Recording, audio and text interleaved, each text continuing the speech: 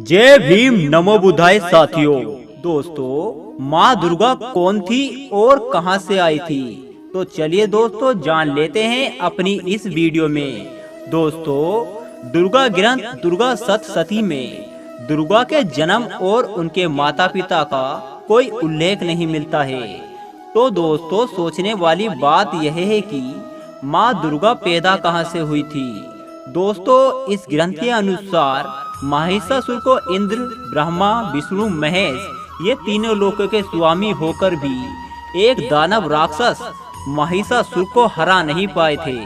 उसके बाद सभी देवताओं ने मिलकर अपने अपने तेज और शक्तियों को एकत्रित किया। तेज के एकत्रित होने के बाद उसी तेज से एक स्त्री का जन्म हुआ और उस स्त्री को इन देवताओं ने अपने अपने अस्त्र शास्त्र और आदि शक्तियां भी प्रदान की थी और उसका नाम इन देवताओं ने रखा था माँ दुर्गा। और उसी स्त्री से महिषासुर का वध करने को कहा गया। अब दोस्तों, सवाल यह उठता है कि जिस महिषासुर को मारने के लिए भगवान शिव का त्रिलोकधारी त्रिशूल, विष्णु का सुदर्शन चक्र उसका कुछ नहीं बिगाड़ पाए, तो एक स्त्री क्या करती। दोस्तों, है ना पाखंडवाद। शारीरिक रूप से एक कमजोर स्त्री ही क्यों चुनी थी इन देवताओं ने। और दोस्तों, एक बात और की, दुर्गा को किसी राजमहल या गरीब घराने या जंगलों में जन्म क्यों नहीं मिला। और दोस्तों, दुर्गा के माता पिता का नाम छुपाने के पीछे का क्या उद्देश्य था। बस इन देवताओं ने अपनी अपनी शक्तियों को एकत्रित किया और एक स्त्री को उत्पन्न कर दिया। है ना पाखंडवाद की बात।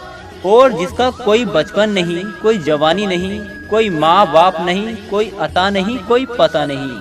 ऐसी कितनी झूठी कथाएं लिखेंगे ये ब्राह्मण। दोस्तों, क्या कभी ऐसा हुआ है कि जिसकी हजारों भुजाएं हैं, या यूं कहें कि जिसके हजारों हाथ हैं, क्या सारे पाखंडवाद इस भारत देश में ही होते हैं, किसी और देश में क्यों नहीं होते। तो दोस्तों, क्या सारे भगवान देवता हमारे भारत देश में ही हैं। क्योंकि दोस्तों, हमारा भारत देश और हिंदू धर्म ब्राह्मणवाद के पाखंडवाद में फंसा हुआ है और इसी कारण से आज हमारा भारत देश पीछे भी है। तो दोस्तों, आपको यह जानकारी कैसी लगी, हमें कमेंट करके जरूर बताएं। जय भीम, जय भारत।